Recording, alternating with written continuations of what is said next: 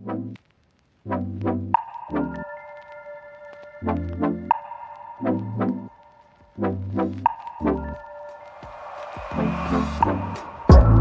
మిత్రులారా, నేనే మీ దివ్య అక్క. నాకు కథలు చెప్పడం, వినిపించడం చాలా ఇష్టం. మంచి పాఠం చెప్పే కథలే కాదు, నవ్వులు తెప్పించే కథలూ ఉన్నాయి.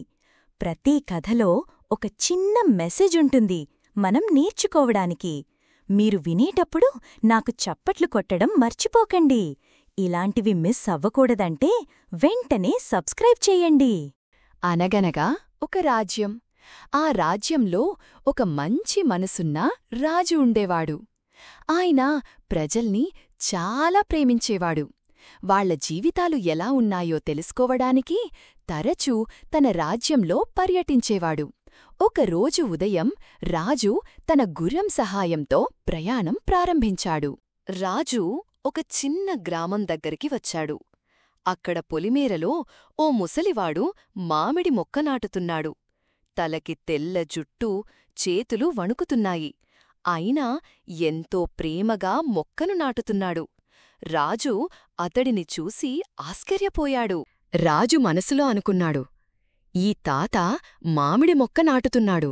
ఇది పెరిగి ఫలాలు రావడానికి చాలా కాలం పడుతుంది. ఈ తాత అప్పటివరకు బతుకుతాడా?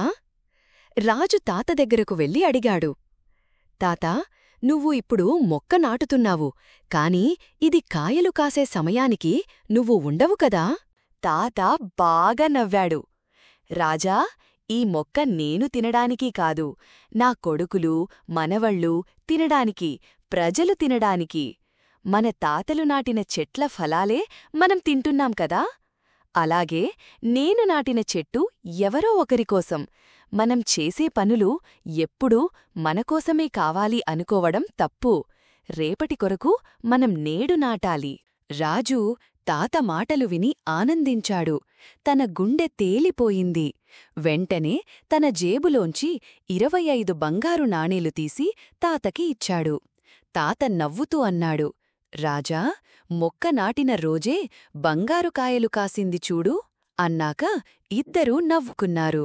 పిల్లలూ, ఈ కథ మనకి చెప్తున్నదేంటంటే, మనం చేసే మంచి పనులు ఒక్క మనకోసమే కాదు, రేపటి కొరకు కూడా చెయ్యాలి. మనము నాటే చెట్లు, మనం పెంచే ప్రేమ ఎవరో ఒకరు ఆనందంగా ఫలితాలు పొందుతారు. అదే నిజమైన మంచి మనుషు లక్షణం.